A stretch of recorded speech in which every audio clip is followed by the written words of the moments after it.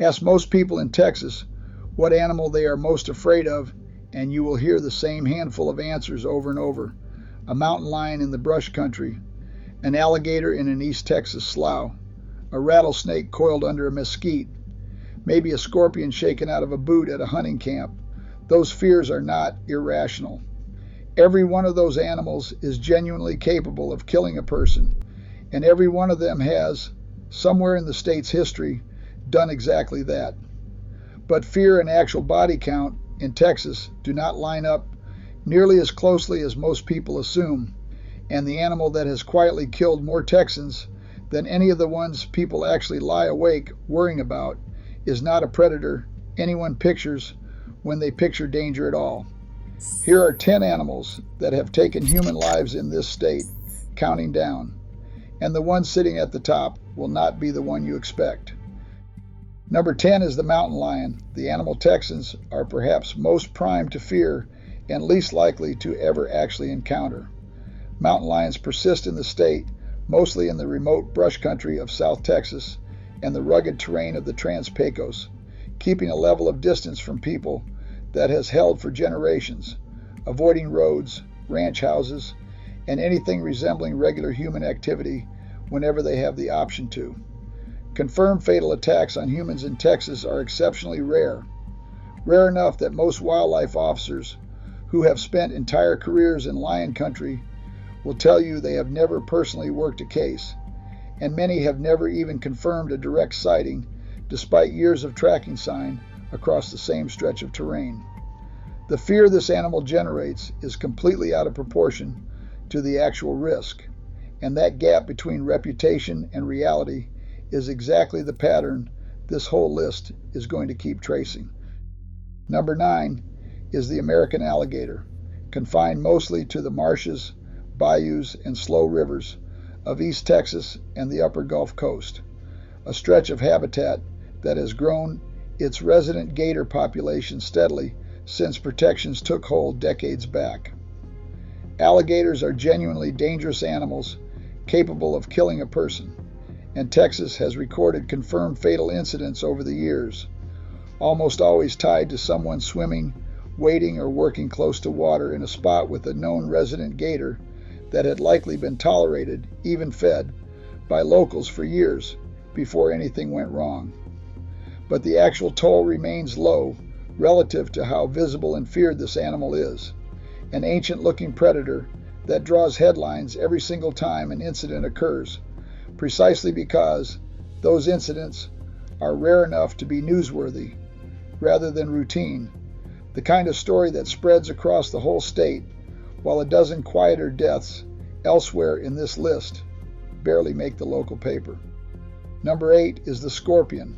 an animal most Texans have crossed paths with far more often than any predator on this list, usually while pulling on a boot left outside overnight or moving firewood that had been stacked for a season and gone undisturbed long enough to become shelter. Texas scorpion stings are common and can be genuinely painful, occasionally serious for small children or people with underlying health conditions. But fatal outcomes from Texas scorpion species are extremely rare, a sharp contrast with scorpion species found farther south in Mexico that carry a genuinely more dangerous reputation. This is an animal that generates real, frequent contact with people and real discomfort when it happens,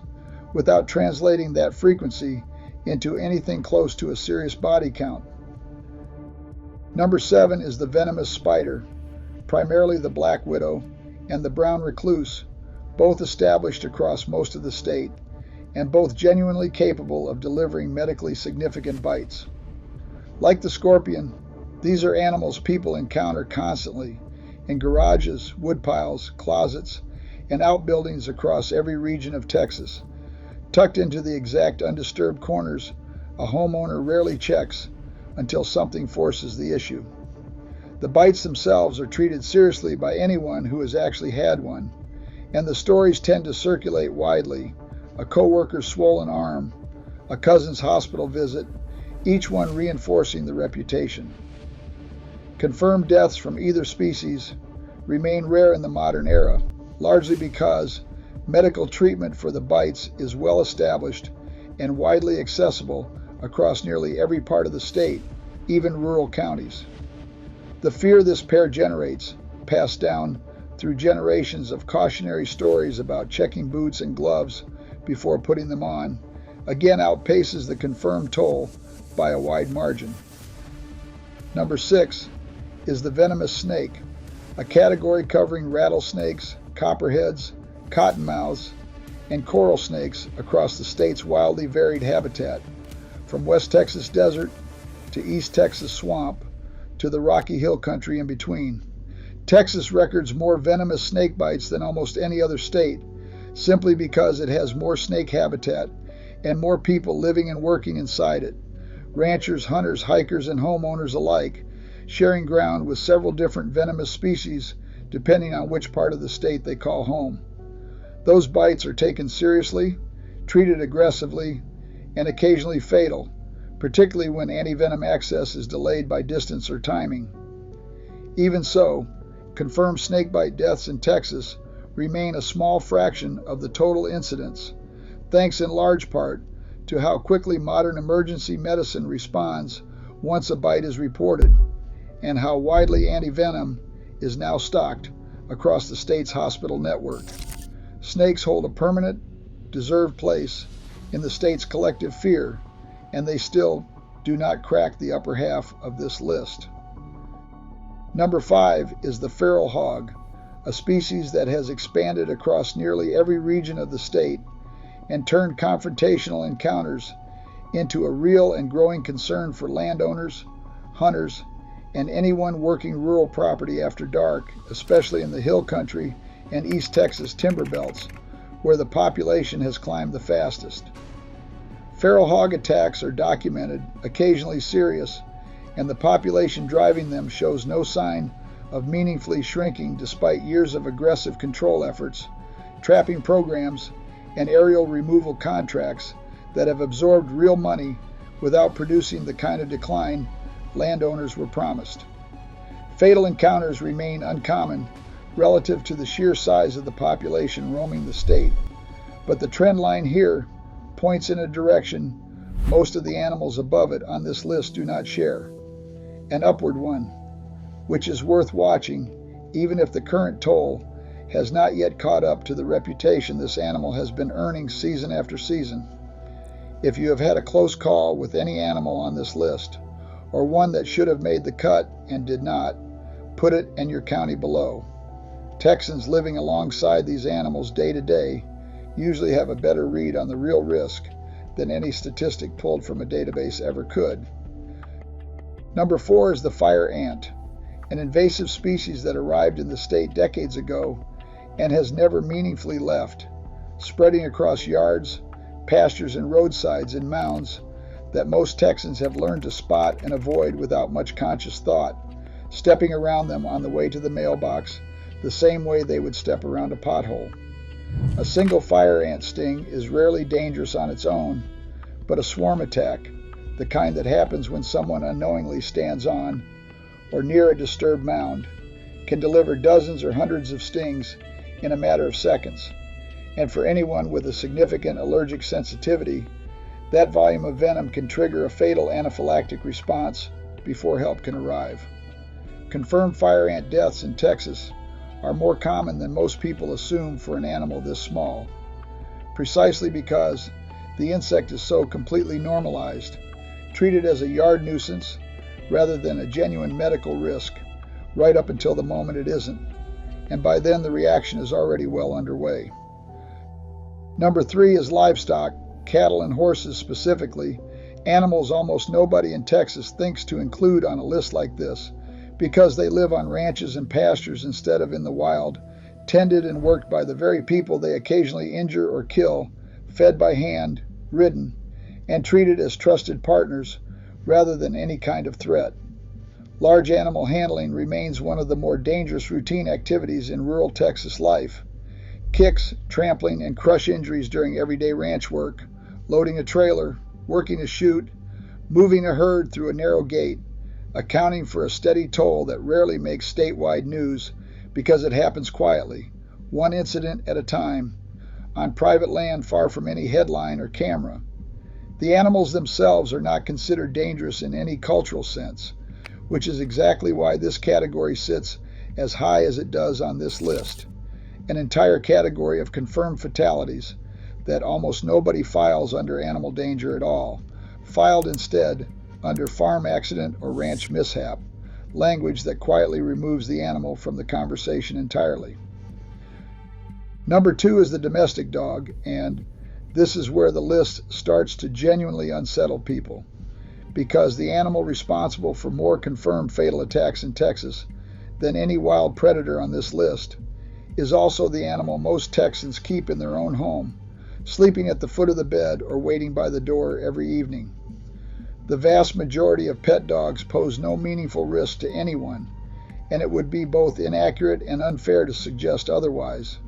And nothing about this entry is meant to indict every dog in the state. But fatal dog attacks do occur in the state every year, disproportionately involving unsupervised interactions with young children or encounters with unfamiliar dogs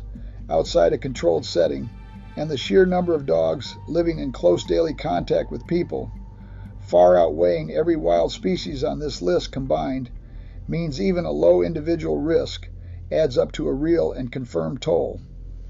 This is an animal almost nobody frames as dangerous, precisely because framing it that way runs against how deeply dogs are woven into Texas family life, and that emotional resistance to the idea is part of what keeps this entry from getting the attention its numbers actually deserve. Which brings this list to number 1, and it is not a predator,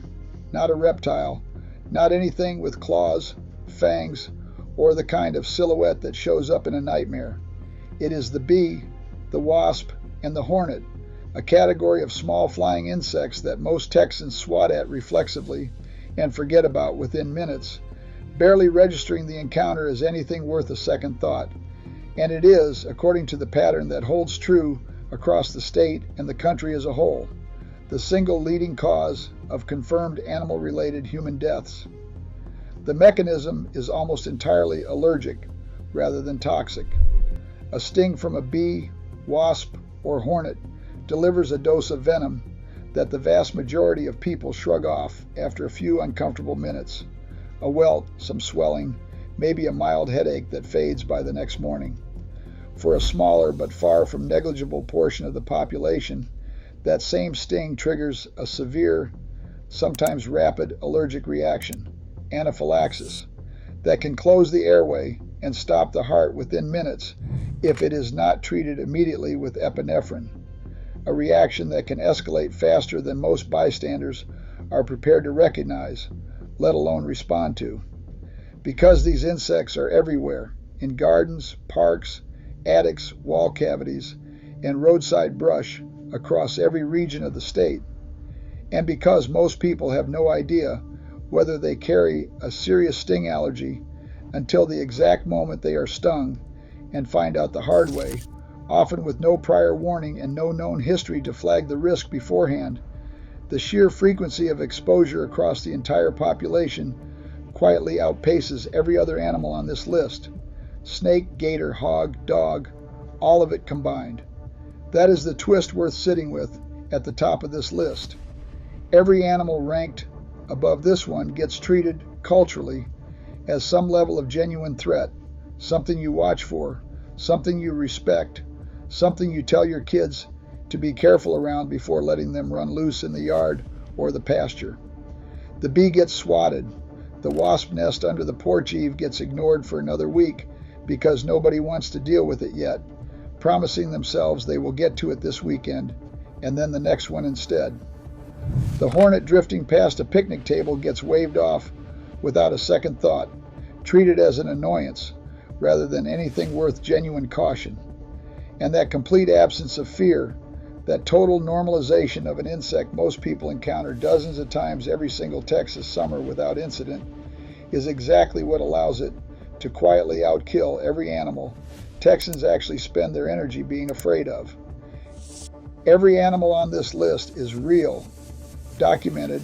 and capable of taking a human life, and none of them deserve to be dismissed just because the numbers land the way they do. But if this list proves anything, it is that the animals people fear the most in Texas and the animals actually responsible for the most confirmed deaths are, more often than not, two completely different lists, and the gap between them is wide enough to fit an entire porch full of wasp nests nobody has gotten around to knocking down yet. If you want more of these overlooked Texas patterns brought into the light, subscribe and stay close, because the next animal on a list like this might already be living somewhere on your own property without anyone giving it a second thought.